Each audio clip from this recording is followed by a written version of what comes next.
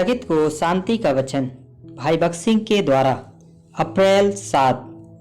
जो कि जीवन की आत्मा की व्यवस्था ने मसीह यीशु में मुझे पाप की और मृत्यु की व्यवस्था से स्वतंत्र कर दिया। रोमियो की पत्री 8 अध्याय का 2 पद। सेवेंथ डे एडवेंटिस्ट हमारा ध्यान निर्गमन 20 अध्याय 10 की ओर आकर्षित करते हैं। परंतु 7वां दिन तेरे परमेश्वर यहोवा का विश्राम दिन है, उसमें तू कोई भी काम काज ना करना, ना तेरा बेटा, ना तेरी बेटी, ना तेरा दास, ना तेरी दासी, ना तेरा पशु, ना कोई परदेसी जो तेरे फाटक के भीतर हो। वे कहते हैं, इस आज्ञा के बारे में क्या क्या आप 10 आज्ञाओं का पालन करते हैं और शब्द का पालन करते हैं। तुम्हें अपने उद्धार के लिए शनिवार का दिन शब्द के रूप में मानना चाहिए। यदि तुम परमेश्वर की आज्ञाओं को नहीं तोड़ते और परमेश्वर के न्याय के अधीन आते हो। वे कहते हैं कि हमारे प्रभु यीशु मसीह ने शब्द का पालन किया और इसे नहीं बदला। वे इतने सुसंस्कृत झूठे हैं, वे लोगों को भटकाते हैं और गुमराह करते हैं और उन्हें अपने भ्रामक और बुरे उपदेशों से गुलाम बनाते हैं।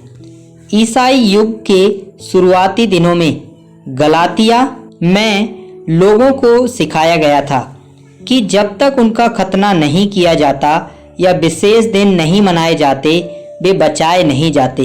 इसलिए प्रेरित पौलुस ने इस पत्र को इतनी कठोर भाषा में लिखा और कहा कि जब उन्होंने ऐसा किया तो वे अपने पुराने मार्गों पर वापस जा रहे थे।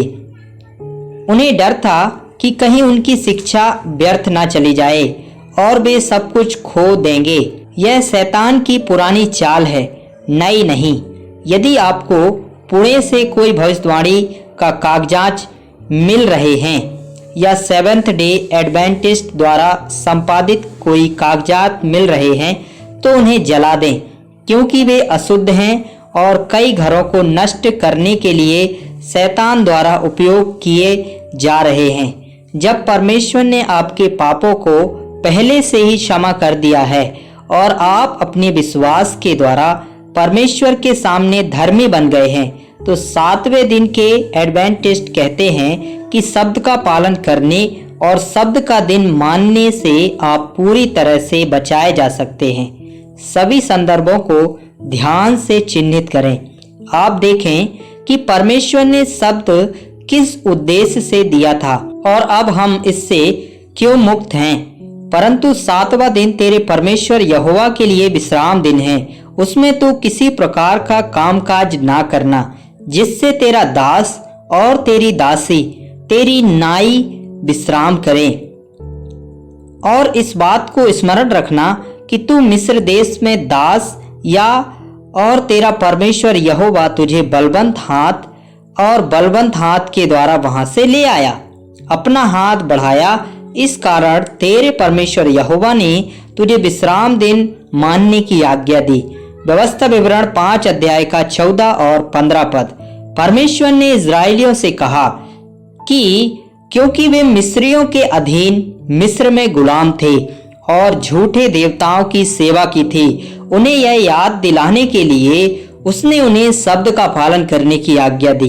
प्रत्येक शब्द के दिन वे आज्ञा ना मानने के कारण अपनी गुलामी पर हाथ, पैर, जीभ, कान, आंख और शरीर को बांधे हुए पाप की जंजीरों को स्मरण करते थे। व्यवस्था कमजोर थी और कोई भी इसके द्वारा धर्मी नहीं बना।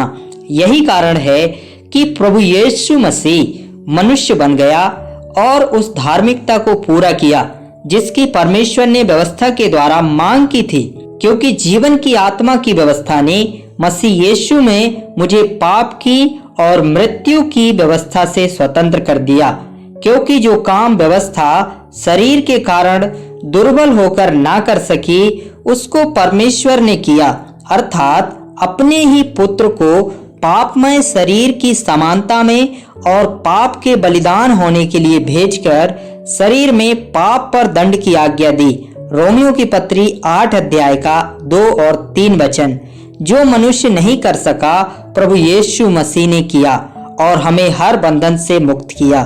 उसने हमारे बोझ दंड और निंदा को उठा लिया और हमारे लिए श्राप बन गया।